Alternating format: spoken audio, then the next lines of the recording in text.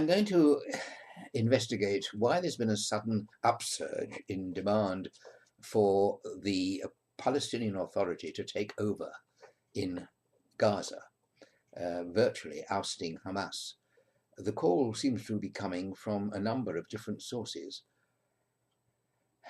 but underlying it, suddenly, it seems, the appalling circumstances in which the vast majority of Gazans are living have struck the public conscience. The Strip suffers from a chronic lack of water, of electricity, of medical resources, and the situation seems to be deteriorating from week to week. Ever since Hamas took up arms against Fatah in 2007, seized power and drove it out of Gaza, the two Palestinian organizations have been at daggers drawn. Numerous attempts to effect a reconciliation have failed. The simple fact is that the bedrock of the Hamas philosophy is to destroy Israel and take over the whole of Mandate Palestine. That's an aim inconsistent with any attempt to negotiate an Israeli-Palestinian peace, or with the attempts by the Fatah-dominated Palestinian Authority to gain recognition for a Palestine based on the pre-Six-Day War boundaries. Hamas wants Israel out of the picture altogether. Now, Hamas has devoted much of its efforts over the past decade to boosting its military capacity.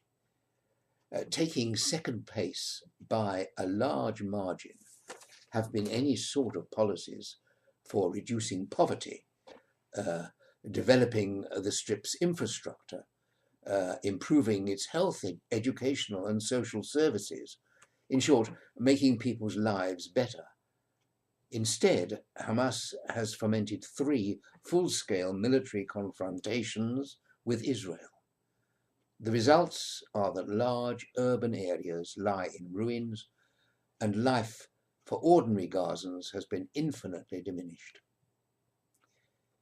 The liberal coexistence between Gaza and Israel, envisaged at the time Israel withdrew completely from the Strip in 2005, that was open borders and free travel were what was intended.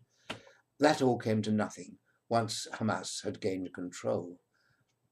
Now at last world opinion is hardening against the negative, rejectionist, non-conciliatory philosophy underlying the Hamas organization. In high-level multi-nation conferences held in the past few weeks, a strong theme has been emerging. Hamas's illegal seizure of power in Gaza must be reversed. Palestinian Authority rule must be established. Speaking on March the 20th, 2018, ahead of the regular meeting of the ad hoc liaison committee that handles donor funds to the Palestinians, the European Union's foreign policy chief, Federica Mogherini, said, quote, "There is no realistic alternative to the two-state solution, and there is no alternative to the return of the Palestinian Authority to Gaza. We expect all Palestinian factions to defy the spoilers," unquote. At that meeting, Joan Polaschik, the official representing the United States, said, quote, "We view the Palestinian Authority as the legitimate governing body in Gaza. Hamas's continued control of Gaza remains our biggest challenge. Let's be clear, Hamas and its commitment to violence is the primary obstacle to rapidly improving the lives of the people of Gaza," unquote. Now, on the same day, and in the same city, Brussels, a 42-nation meeting specifically considered the water crisis in Gaza. Under Chairman Johannes Hahn, an EU commissioner, donors, including the EU, pledged no less than 533 million euros to build a desalination plant in Gaza that would provide clean drinking water to all 2 million Palestinians living there. Addressing the delegates of the 42 nations, Hahn said, "Your presence is a demonstration of our joint solidarity with the people of Gaza and our support for the return of the Palestinian Authority to the Gaza Strip. Now, where did this new line originate? Possibly in an unprecedented gathering held on March the 13th in the White House to discuss the crisis in Gaza. For the first time, Israeli national security officials openly met their counterparts from Egypt, Jordan, Saudi Arabia, Qatar, Bahrain, Oman, and the United Arab Emirates to discuss a regional problem and devise a strategy for tackling it.